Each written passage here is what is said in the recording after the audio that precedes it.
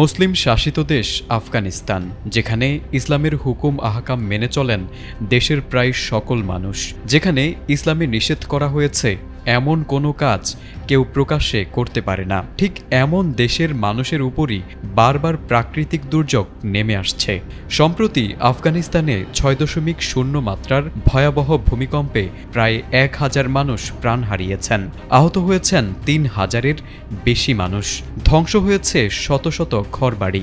গত 2 দশকের মধ্যে এটিই ছিল আফগানিস্তানের সবচেয়ে ভয়াবহ ভূমিকম্প।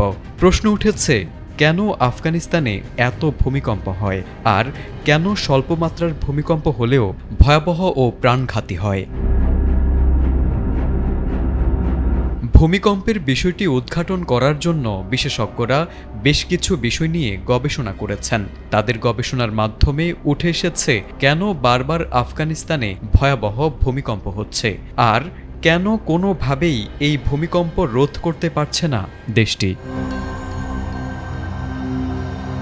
গবেষণায় উঠে এসেছে আফগানিস্তান এমন একটি অঞ্চলে অবস্থিত যেখানে ভারতীয় ও ইউরেশীয় টেকটনিক প্লেট মিলিত হয়েছে।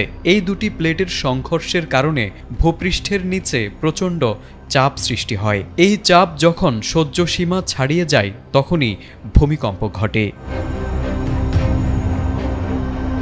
শুধু তাই নয়, এই অঞ্চলে একাধিক ভূমিকম্পপ্রবণ ফল্ট লাইন রয়েছে, যেগুলো দিয়ে প্লেটগুলো একে অপরের পাশে সরে যায়। এসব ফল্ট লাইনের কারণে প্রায়শই আফগানিস্তানে মাঝারি থেকে বড় ধরনের ভূমিকম্প অনুভূত হয়।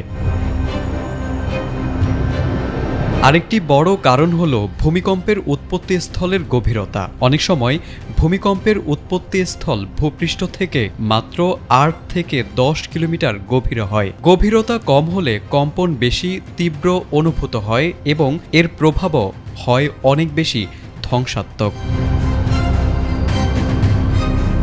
আফগানিস্তানে মানুষের ঘরবাড়ি সাধারণত দুর্বল কাঠামোর হয়। কাঠ, কাদামাটির ইট বা নিম্নমানের কংক্রিট দিয়ে তৈরি হয়। এসব ঘর ভূমিকম্প প্রতিরোধ করতে পারে না। তাছাড়া পাহাড়ি অঞ্চলে ভূমিকম্পের কারণে ভূমিধস হয়, যা আরও ক্ষতি বাড়ায় ও উদ্ধার কাজ ব্যাহত করে। এভাবে ভৌগোলিক অবস্থান, দুর্বল অবকাঠামো ও দুর্গম এলাকা সব মিলিয়ে আফগানিস্তানে ভূমিকম্পের ক্ষয়ক্ষতি অনেক বেশি হয়। তাই আফগানিস্তানে প্রতিনিয়ত ভূমিকম্পে মানবিক বিপর্যয় দেখা যায়। বিশ্লেষকরা বলছেন, প্রতিরোধমূলক ব্যবস্থা না নিলে ভবিষ্যতেও এমন দুর্যোগে দেশটি চরমভাবে ক্ষতিগ্রস্ত হতে থাকবে। তারেক আজিজ, এটিএন বাংলা।